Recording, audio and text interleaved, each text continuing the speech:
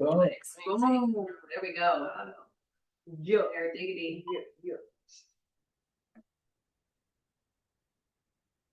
Yeah. All right.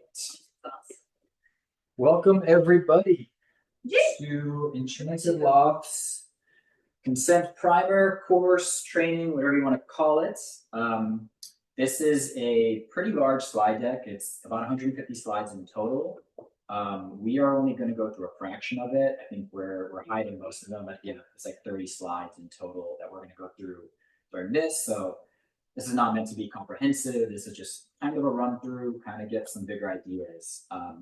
This course, the slides that we're showing today is going to be available. And a bunch of slides are hidden, but you'll be able to see them as you're going through it, not in slideshow mode, but in the actual just like group of slides mode. So yeah. And we chose the slides that really focused on the bigger picture of what it means to practice consent as community leaders. I think one of the things that, consent has always been a core part of our mission and brand identity and just us as humans that are making up the foundation of Enchanted Loft. And we practice that in a really high key way. But it wasn't until recently where we actually saw some leaders in our community who weren't practicing consent as leaders that we realized that some of this stuff isn't so intuitive and it's not so accessible and it's not so that everybody, just because they're a leader, they're obviously educated in this. And it's not about shaming people. It is about learning together as a community. It's not about council culture. It is about holding each other accountable.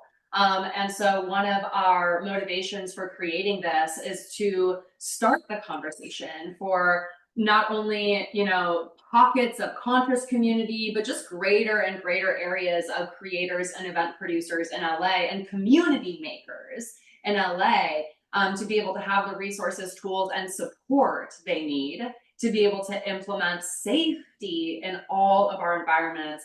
And also creating continuity so that guests know what to do when they have experienced or witness a consent violation, and that it's not just so like, oh, at this event you talk to this person, at this person you file a complaint here, and at this event you do this. Like we want to suggest some uniformity for all of us to adopt so that our patrons all feel safe and that they know what to do to access help at events. So that was the motivation for this course, and we really want to highlight this ongoing as a part of our overall ethos and identity in a really big way so that we, and particularly Enchanted Loft, but hopefully, everywhere really has this desire to be like, one of the safest places in LA that you could dance and express yourself and be the full version of you without having to worry like, is my bikini too little and is someone gonna judge me and say something to my body? Like we want everyone to feel safe to express. Beautifully said, Sam. Thank you. Thank you. Okay, so there are 8 sections. Each one of these in and of itself is like a 3 or 4 hour kind of entire course. So we're not going to get into it at that depth. Yeah, you can kind of see what the different sections go through. We're going to skip section 3. So we're just going to go through 8 sections. All of the content from this is provided by the Consent Academy. Each one of those kind of sections, Consent Academy has an entire class. It's a 3 to 4 hour online class for each one of those sections. It's a great resource. It's not the only resource. There's a bunch of really good resources out there. But if you want a starting point, the Consent Academy is really great. I went through the class, the whole entire course. So it's vetted by me. So if you trust me. Well, okay. So getting right into it, section 1, embracing a leadership ethos. So I think all know what consent is. We all know what leadership is, just for our own personal selves. We squish those together, we get consent leadership. That is something that we kind of invite everybody that we co-create with, everyone that comes to our events, everyone that's in our circles. We really urge you and we ask of you to take leadership in this realm. There's a lot of power, even for yourself, to really drop in with yourself and understand what you want, what you don't want, and then to kind of exemplify that for everybody around you. And then when you do that for yourself, you can then kind of lead everybody around you. You exude your power, everybody around you kind of sees how amazing that is and they follow suit. So, um, but there is some complexity here. This again is not an exhaustive list, but as a leader in the consent space, there's a lot of things you got to consider, like power differences, authority, who you're answering to, connections that may exist in the space, organizational stuff, like what's happening in the organization, what's happening within the politics of it. And it's really important, I think, for creators of the space is volunteers and employees.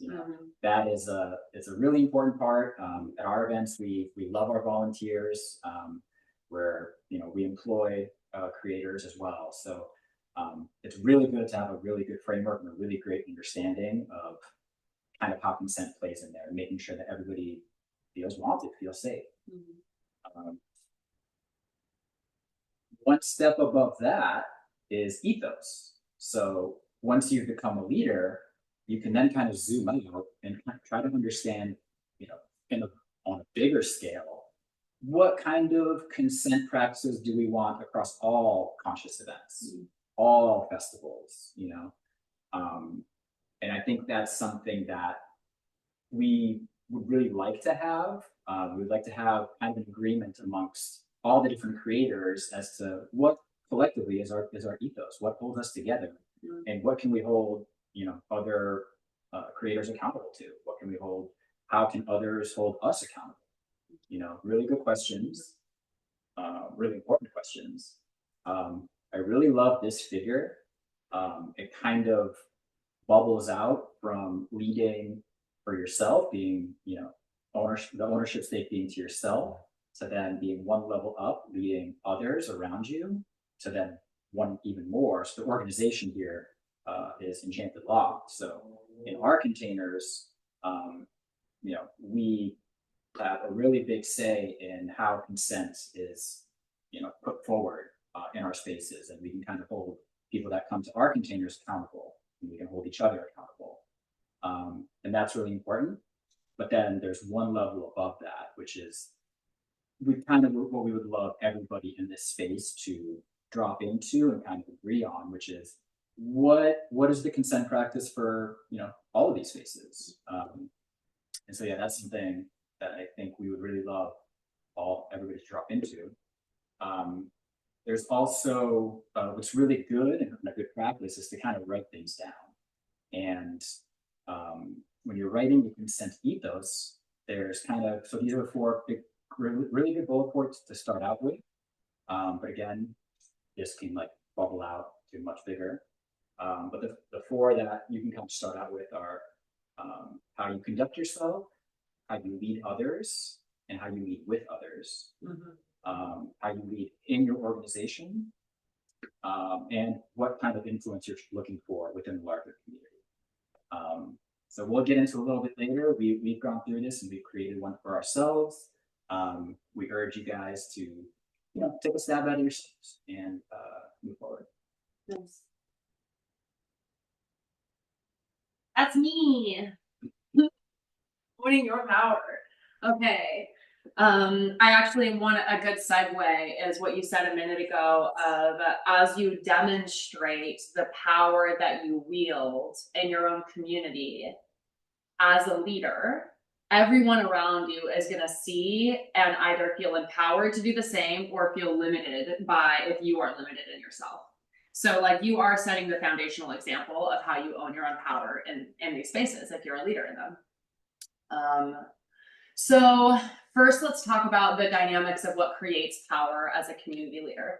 And not just as a community leader, just as a human being as well. So autonomy, our basic right over ourselves. So this can be something that we really explore on social, psychological, spiritual levels, and attune to ever greater understanding and practice of recognizing that we are our ultimate, there's no one else here in this world, a person, a government, an organization, a structure, a parent, a partner that has right over our bodies unless we give it to them. So really understanding that you are autonomous, you are the person in charge of you. Power, the ability to create change or influence. That's amazing, right? And it could be change or influence in a, you know, in a relationship. It could be in an event. It could be in an organization. So if you have the ability to influence an environment, you have power. Personal power, the ability to create change in your environment or circumstances. Agencies, the internal sense of access to power in a given situation, especially the power to say no or create a new situation. I think this one's particularly important, especially in the dynamic of like employees or volunteers. Like, are you creating an environment where your folks feel like they have agency to say no to you or to propose a different solution? Or are you steamrolling folks or not really hearing people's voices? There's a lot of subtleties that can be lost there. Privilege, additional agency enjoyed by a person held solely to their inclusion in a particular group. You know, of course, any group that we belong to as a part of our identity, based on our cultural dynamic and where we live, can have a privilege or oppression associated with it. And we all have a really dynamic relationship to our privilege and our repressive states. Oppression, the removal or reduction, either directly or indirectly, of a person's group or agency, or group's agency.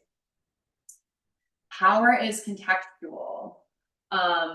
Power changes moment to moment. It is something that can be given to you by others, or it is something that you can claim and take for yourself. Okay, we won't go over all of these, but just remember that there are so many ways to source power, especially in context of being a community leader, whether that's financial power, whether that's, again, class privilege, whether that's location or geography. It's a huge freaking privilege to be in LA as an event producer as opposed to, say, a small town. Knowledge, technology, your personality, your physical expression and posture. There's so many ways that we source our power in groups. How do you get power as a leader? Perception, knowledge, confidence, trust, building relationships, being seen and being heard, and standing in front. And again, power can be, it's not a good or a bad thing, it's just your ability to influence. And so if you want to have a more powerful influence, accumulating your knowledge of being a trustworthy person so that people have confidence in you is going to grow your power for yourself or your organization. Being willing to be seen and heard and stand up and speak, you know, all of these things gain you power. Mapping power. And every singer can, I just want to confirm, are these all the slides? I felt like we cut some of these slides. I just want to make sure these are. I hope so. Do you want to double check that? Because I feel like this is more in depth than this stuff that we cut. Yes, sure. Let's just make sure. I also have a list written down too of all the slides that we skip. Let's just make sure, because we don't want to give you a 145 slides. This is true. I don't see them. Oh no. So Okay. these are hidden. Okay, great. Okay, cool. We just kept a lot from this. We just made it a lot. Okay, great. Because power is important. Okay, just want to make sure. Okay, great. Okay, so multiple ways and different places where power exists. So who are people trusting and listening to? I'm actually just going to use a quick personal example. Someone from our community today is going through like a dating query, and she's just was curious about like what is her power in the context of this relationship, and she called me for advice.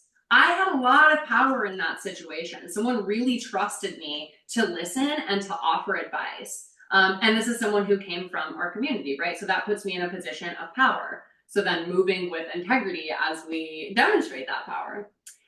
Who can create spaces? Who even has the ability to produce events? Who has the space? Who has the capital, right? These things are indicative of power. And what kinds of changes people can make. So these are just some of the ways that power can exist. Think about in terms of your own specific scene or community, you know, what are some of the power differentials between you as a community leader and the people who are showing up to your events? These are things to be aware of.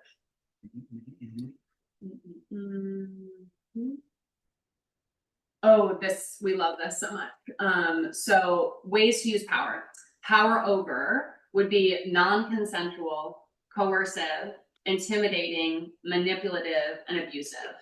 Power with, consensual, you have enough capacity, you have enough information, it's a mutually satisfying relationship in which agreements are being made collaboratively.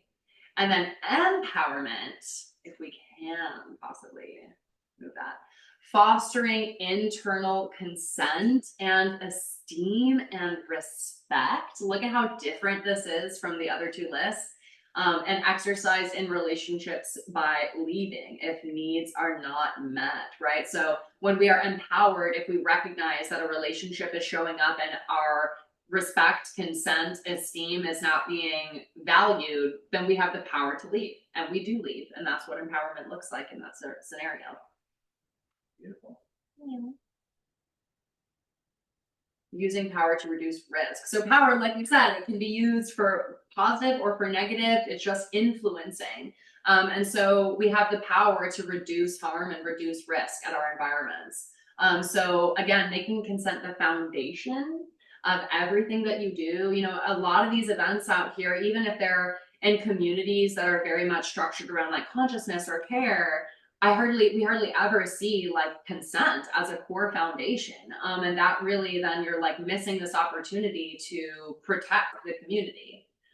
So communicating the norms and the expectations of the space, orienting new community members, having a code of conduct, modeling the behavior that you want to see, being thoughtful about who you give power to. So if you're hiring people, if you have a volunteer in charge of someone, in charge of an area, and you didn't vet them, and now this volunteer is power tripping and you know, like has all these biases or whatever, like be very careful about who you're giving power to. Discuss power differences, empower those with the least power, give options to communicate about problems. So maybe you only have one person on your team who's responsible for handling your consent violations, but they were the person who had a consent violation. So who was going to want to go to that person, right? So you have to have different options and opportunities for people to be able to report and to connect when there is a violation. And just take time to learn about what's going on in your community, not only general social issues in the world or even general social issues in Los Angeles, but know your community. You know, we just like made an adaptation in the event that we're having at the end of the month because we noticed a trend of XYZ things and we saw that our community would benefit from it if we changed it. We were paying attention to what our specific community needs. So really just taking the time to get to know the people that you are serving. And promoting consent, just high key, you know, we should all be making this like a high key thing that people don't have to guess what the consent policy is or if there even is one. So make space.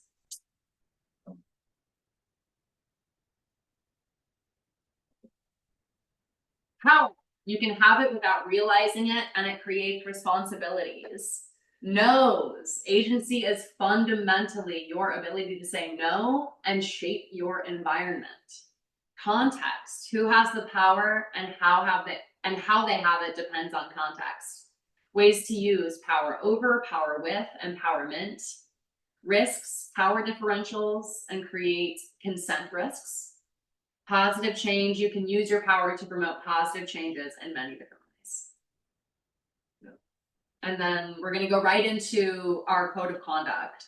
And I'm going to take this one too, right? Yes. Yeah, okay, great. So this, as Ellie was talking about before, kind of like when we were talking about our ethos, we all kind of have an ethos in our head, even if it's not out on paper.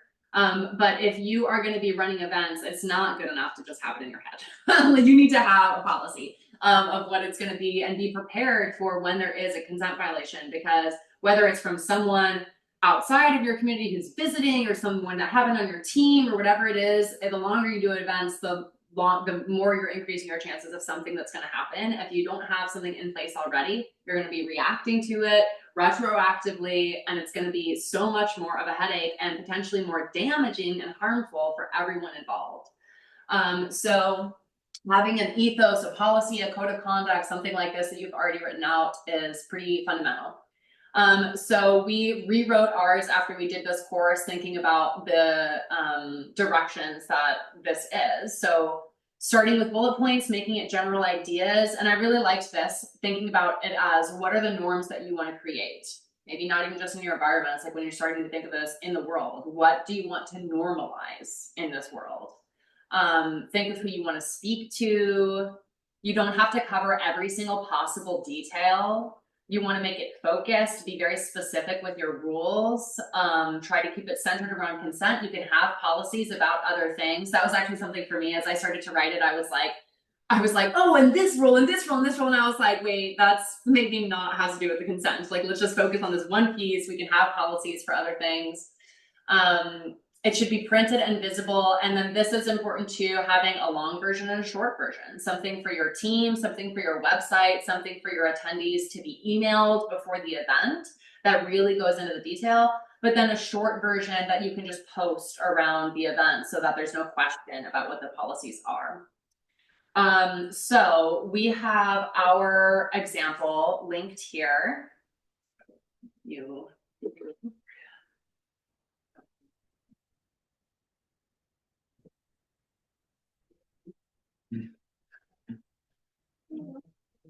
How do you do that?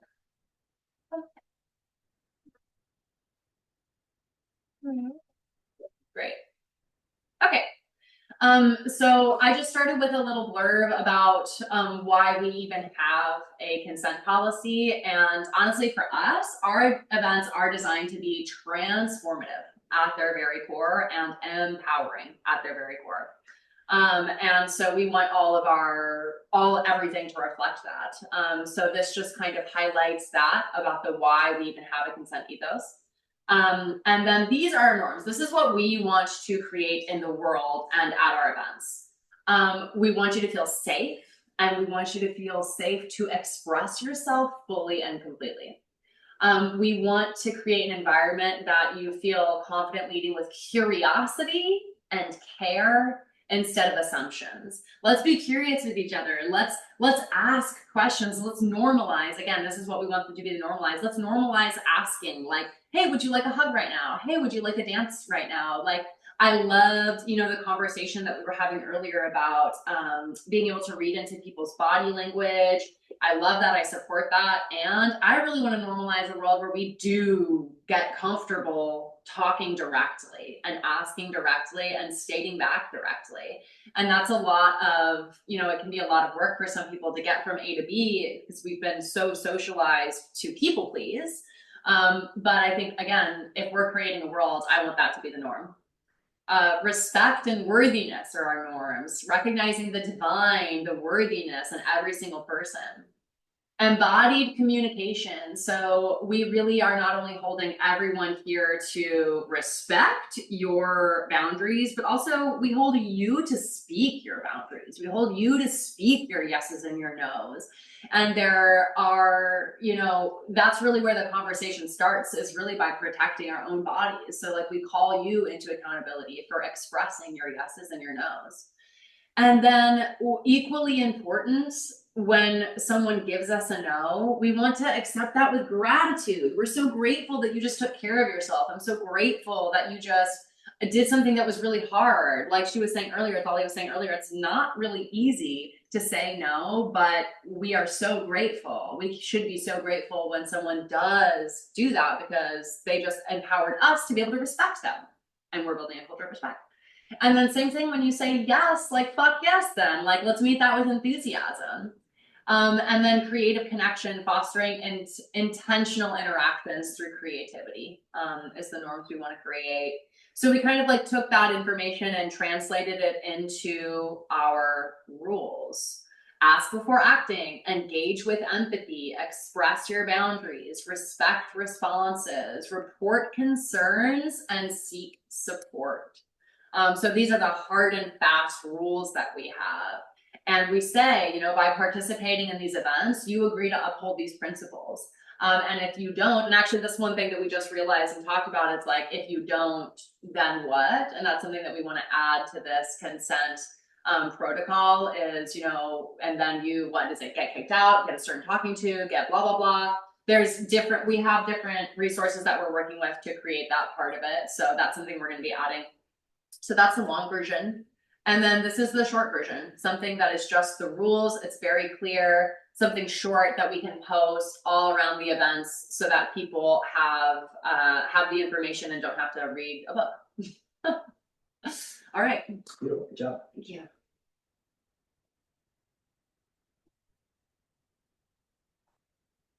Come on, Mouse. You can do it. Okay. Trauma-informed practices. So, as a leader of a space, you know, the more that you are informed, the better you're going to be able to hold these spaces. Trauma, unfortunately, exists. We've all experienced trauma, and like the better we are at holding other people's stuff, the better these containers are going to be. The better everyone's going to be. So I think the main takeaway from this slide between stress, little t trauma, and big T trauma is the kind of differentiation between little t trauma and big T trauma. Big T trauma, right? Psychological, emotional scarring caused by significant violence, life-threatening events, serious injuries. We all know what trauma is. Small T trauma is when their capacity to cope is exceeded by our emotional functioning. And that could be literally hearing about someone's big T trauma.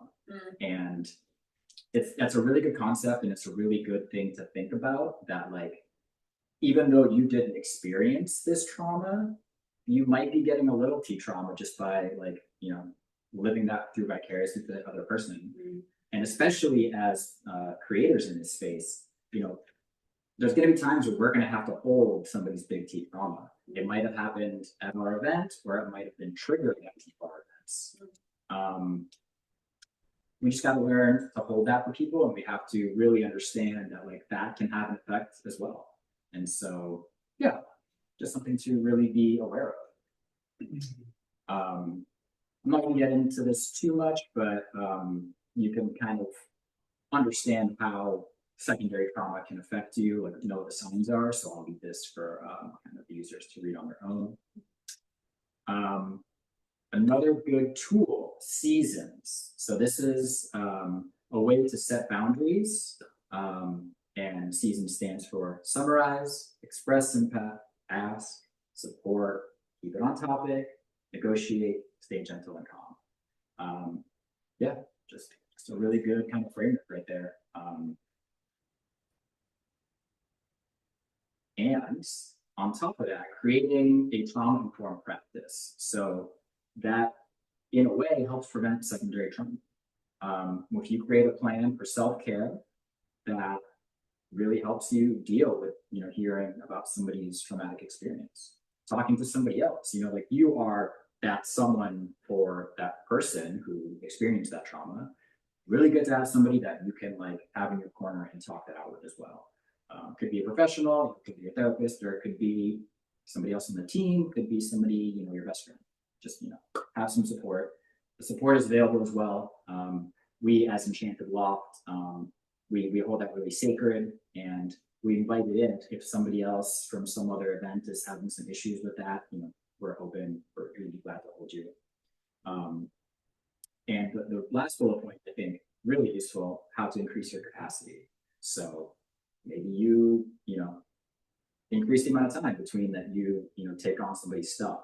That might mean that, you know, somebody comes to you with a thing and somebody else comes to you with another thing a week later. Knowing your capacity and be like, nope, sorry, I can't take this one on, but you know, somebody else on my team can. Don't leave them hanging, but you know what I mean? Know your capacity. It helps nobody if you're taking everything on and then one day you're just full to the brim and you know, you have to lie down for a week. And yeah, the more practice that you know, get into space, the better you're going to be able to hold it. And also healing yourself. Healing yourself is like maybe the best, the strongest thing that you can do with others. So, you know, I'm going to skip this one. Again, all these slides are great. This is really great if someone, when somebody comes to you, avoid victim blaming. It's kind of innate in our society to do this, but really go through these points, really try to understand like how not to do that. You don't want to like re-traumatize somebody as they're telling you something that happened to them that was very hard. Good slide. See it on your own. Cool. That's all. Okay. Section 6 we're running through. Dope. Okay. Harm creates responsibility. Okay, so there will probably come a time where every community leader has to deal with a consent violation. And please go over all of this section in detail when you're ready to create your own plan. We just have a couple of the slides in here, including creating a consent incident interview and like what we want to do in those scenarios when there is a consent violation. And how to not re-traumatize them even further by asking the wrong questions or having our attention split. And I'm in half in producer mode and I'm thinking about this, and I'm trying to feel this, and I'm also trying to. So here's some practices. So keep the discussion gentle, where the person can share their experience. Informal. It's not a legal style of interview. We don't want to feel like cops or lawyers. This one is really important. We are not searching for the truth. So truth or proof of wrongdoing. We're really just there to hear. And I'm not going to say more often than not, but I would probably say like a good amount of the time, the person who perpetrated something probably didn't mean to. They probably just don't have the skills, or they don't have the knowledge, or they fubbed up in some way. But so we can handle that separately, right? We don't have to judge this person or whatever, but we also don't want to tell this person they probably didn't mean it, or they didn't mean it like that.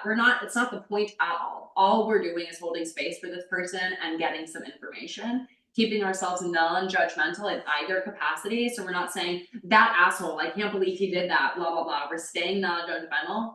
And our focus should be on helping that person feel safe, retain their feeling of safety, decompress their nervous system, making their body feel home and safe again. Practical steps.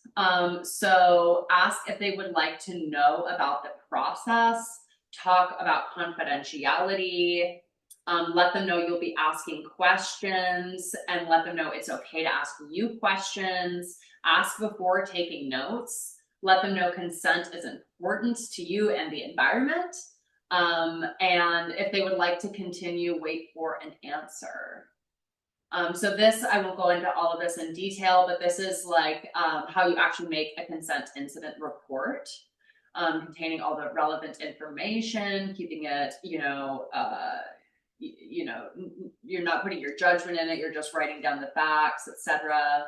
And in that last slide, in the notes section, there's actually a link to like a template. So yeah. Yes. Super helpful. Yes.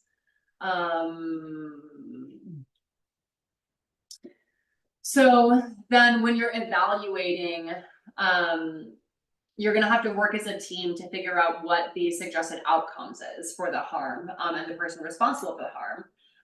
And this is where a committee can come in really helpful. So again, some free planning so that you're not figuring stuff out after it's already happened, but we have people, already informed on this process, and they are ready to step in and come up with appropriate responses.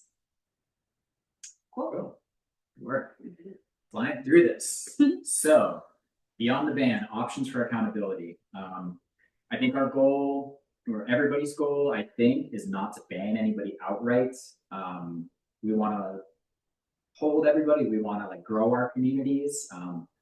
And yeah, so it's really easy to like in your head to be like, somebody did me dirty, they're gone. And it's really easy as like an owner of an event to like, the ego pops up, but yeah, we want to more inform others and like have them grow and give them the ability to grow. So I think we know what community is. So yeah. So the first guiding principle, harm creates responsibility. That is just true. As owners of this space, we have to be held responsible, and like harm unfortunately creates this responsibility, and we have to like really A, be aware of that responsibility, and B, and carry it with, you know, a lot of, yeah. Be mindful of biases and process barriers. Be mindful of your own biases. Be mindful of, like, you know, other biases that exist in the space. Yeah. Work to transform all parties involved in the harm. That includes the person who is harmed. That's the, you know, person, includes the person who did the harm. That includes people who were nearby. Yeah, the work kind of involved everybody. And the event itself. You know, how can we evolve and how can we learn and be transformed by this event so that we can prevent it next time or do better of responding or whatever. So here are just some options to encourage accountability. Again, not an exhaustive list, but for sure offer resources, for sure talk to the person, encourage an apology. That's kind of a case-by-case basis. You can request amends. You can remove somebody from power who's, you know, somebody's harming over and over again. That's a conversation you have to have. Like, why does this person have this power? Do they have to be removed from that? That amount of power. Holding an intervention, financial amends, that would be great. Yeah. Using accountability buddies, we love accountability buddies. Accountability pods, we love an accountability pod. I really love both of those too, and just extending out to other community leaders. If we want to create some accountability pods, I feel like that would be amazing. If that sparks anyone's interest, I think that could be like a way from, you know, event to event for us to just like help hold each other in that space. Yeah, and you know, bans, we reserve the right. We are the owners of these spaces. We reserve the right to ban people. If something is that egregious, or if it's like a repeat offender, you know, you have that power. But another thing that you could try is a temporary ban. You know, this person is banned for a month or two. Maybe have them take a course of some sort, or, you know, we can't really force anybody to do anything, but maybe like urge them. Hey, you know, this consent course is really good. Or like, Yeah, you read this book, you listen to this podcast. mediated Conversations, and like, you know, we can invite you back in once you have, you know, a little bit of training, and we'll go from there. Just, you know, some ideas. Dope. Personal accountability for leadership. That's what I'm talking about. We've covered some of these, so let me focus in on, well, we've covered all of these, really. I want to focus on the last one. Work to transform all parties involved in the harm. That's one we just talked about, of really like keeping in mind that everyone is affected by this. The person, you know, the victim, the perpetrator, and I don't even really like that language, but the person who had the consent violation, the person who did the consent violation, and the context, the environment, people around it. Like, when this happens, it's an opportunity for the whole community to grow from it. And also, you know, like removing the shame from it. Like we said earlier, like most people are probably not trying to intentionally break people's boundaries. And if there is a lot of like shame or anger or judgment, it just kind of prolongs the healing process. So really trying to like stay neutral and just support the learning. Some options to encourage accountability. Again, offering resources, I think, is one of the most, like, and talking are some of the most, you know, effective. Just like being there as a community. What are we doing? We're building community. That's what we're talking about. That means showing up for each other on these deep levels that are holding each other's shadows. Going through and having those tough conversations. They're not easy, but they will lead to more light being shed on the issue and us like getting out of this shadow. I think this one is really similar to. Yeah, I think it's actually actually the exact same. it's the same. Okay, so personal accountability. Do not blame. Take time to process before responding. Reflect. Accept your part in any harm or conflict. Apologize genuinely. And build solutions. Be very solution oriented. Figure out how you're going to focus on the problem. I think one thing that just kind of like popped into my head related to this too is sometimes we are not quite on the same page. Like, I had a conversation with someone recently, and it was a sticky conversation like this, and I could tell there was something lost in translation. Someone wasn't really understanding right? So we want to, in that instance, if we can tell like someone has a complaint about us and we're not getting it, let's just take some time, breathe on it, learn about it, you know, like get to know, you know, don't just keep the mental barrier up and down of like, well, she said that and I didn't do that, and therefore there's no problem here to fix. It's like, let's really bring some nuance to this, and be gentle around ourselves and other people, and recognizing that some of these things are very complex and advanced, and it takes us some time to understand these subtleties that sometimes for some people are subtle and sometimes they're not for others. And making public statements. So when there is a fuck up, what do we do? Just go silent? No, we want to talk about it. So here's some guidelines for how to make a public apology. First and foremost, admit responsibility. What did you do or not do? How did you fuck up, or how did your absence or silence create harm? Acknowledge the impact on the person or the persons harmed. Say you are sorry and express regret. Offer to make amends and share what amends have been made with the community. Tell us what you've done or what we are doing to make those amends. Explain what you will do personally and organizationally to prevent it from happening. And then ask for forgiveness if desired, and know that it's not necessarily going to be returned by everyone. We can't have, you know, our expectations set on that, but we can put forth, you know, the desire for grace and forgiveness. Oops, I didn't see which one, but okay.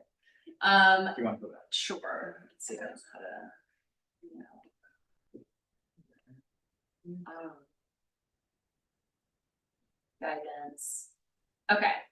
Definitely, speaking of consent, get consent to make the public apology from the parties involved. Have a consistent message with your private apologies. If your public facing image and your face-to-face image are different, that's a problem.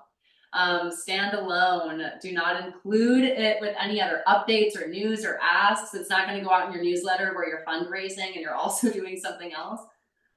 Be open to suggestions from the community. And have a point of contact, especially on social media, so that one person is responsible for fielding the information. And promoting community change. So this is big. Involve the community in the planning process. You know, like, what does our community actually want to see if there's a consent violation? Maybe we can have a town hall style, you know, meeting about it. Make it very easy to join. There should be little to no barrier to entry to join. Having an online component, you know, having it free, things like this for these kinds of conversations. Don't force engagement, and again, go to the community, create the event, put it on social media, be visible. Active, gentle invitation. Okay. Well, we did it. Boom, we did it. Woo-hoo! Right on. Yes, So thank you, everyone. Thank you, Illy, and the whole team for coming, for being involved. We are going to have all of these resources available to download from our website early next week, and we'll send them out in the email for anyone who participated with us. So you'll get them earlier. And then share them far and wide, and let's continue this conversation and get more and more community producers involved so that we really are influencing, growing our power for the good, for the community. Oh. Yes. Thank you guys. Bye.